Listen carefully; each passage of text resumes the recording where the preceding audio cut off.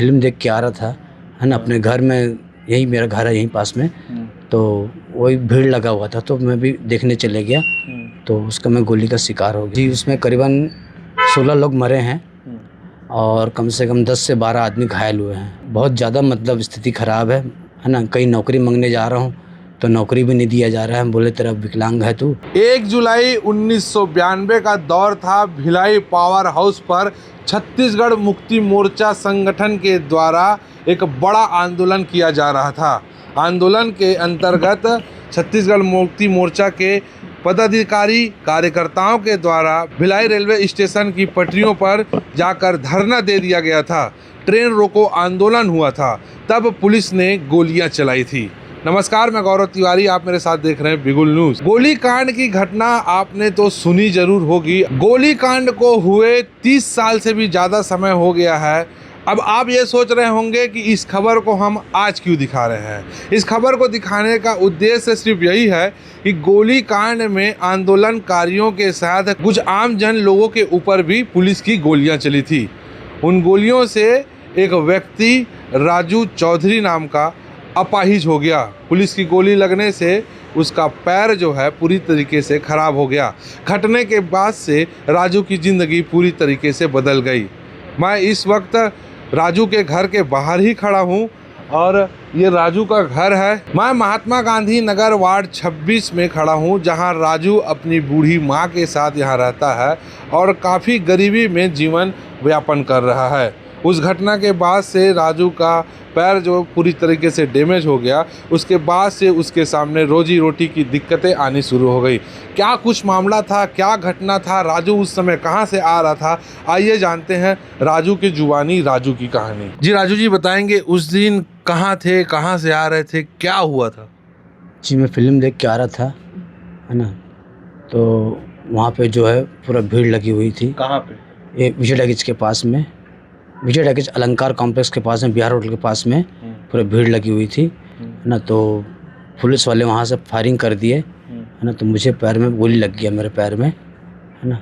अच्छा, उस दिन हो क्या रहा था वहाँ? वहाँ पे सर जी मुक्ति मोर्चा लोग आंदोलन किए हुए थे, रेलवे लाइन को रोक दिए थे, तो उन लोग हटा रहे थे उनको, तो उन लोग नहीं हट रहे थे, तो इस वजह से जो है फिर गोली फायरिंग कर दिए उन्होंने, पुलिस वाले लोगों ने। आपको भी गोली लगी थी? जी जी जी। कहाँ कहाँ पे लगी थी गोली? जी, मेरे जांग में गोली मारा गया और पीछे से इधर साइड से निकल गया गोली, अंदर से लग गया गोली इधर पीछे। तो उस घटना के बाद ही आप लंगड़े हो गए? जी जी जी। एक्चुअल उस दिन हुआ क्या था? आप आंदोलन के हिस्से में थे कि कहीं से आ रहे थे? मैं तो पब्लिक था सर जी, फिल्म देख के आ रहा था, है ना, अपने घर में, यही मेरा घर है यहीं पास में, तो वही भीड़ लगा हुआ था तो मैं भी देखने चले गया, तो उसका मैं गोली का शिकार हो गया। तो कुछ मदद कोई किया था शासन की तरफ से? मुझे चंदूलाल चंद्राकर 1000 रुपये दिया सेक्टर 9 में आके, और सुंदरलाल पटवा 1000 रुपये दिया सेक्टर 9 में आके। उसके बाद से कोई मुझे पैसा नहीं मिला सर जी। तो उस घटना में और भी कितने लोग ऐसे थे जो जख्मी हुए, जो उस आंदोलन के हिस्सा में नहीं थे? जी, उसमें करीबन 16 लोग मरे हैं और कम से कम 10 से 12 आदमी घायल हुए हैं, जो आम पब्लिक थी? जी। जी जी जी। उनमें से आप भी एक थे? जी जी जी।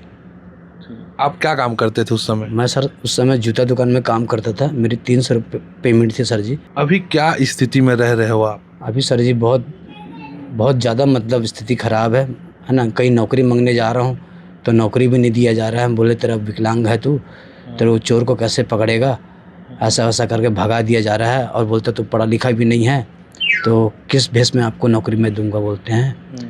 मैं होटलों में प्लेट धोया बचपन से, है ना, तो अभी यहाँ तक के पहुँचा हूँ। घर का भी स्थिति बहुत ख़राब है। छोटा वाला भाई भी जो है 100 रुपये कमाते सर जी, कपड़ा दुकान में काम करते हैं, 170 मिलता है उनको, है ना। घर में कौन कौन रहते हो आप लोग? जी, हम लोग 3 भाई हैं टोटल, और एक बहन हमारी नेपाल में चले गई शादी होके, है ना, और 2 भाई और एक माँ, हम लोग साथ में रहते हैं। माँ का भी तबीयत खराब रहती है? जी जी, बहुत ज़्यादा तबीयत खराब है। 80 साल की उम्र हो गई है उनकी। क्या बात रखना चाहते हो शासन पर आप? सर, मैं यही चाहता हूँ कि मुझे मेरे साथ में मतलब इंसाफ का मेरा वो है कि मुझे इंसाफ चाहिए कि भाई सबको जो मिलता है कुछ हमको भी कुछ मतलब सरकार की तरफ से कुछ मिल जाए। कुछ भी मुआवजा उस समय नहीं मिला था? कुछ नहीं मिला सर जी, कुछ भी नहीं मिला, है ना।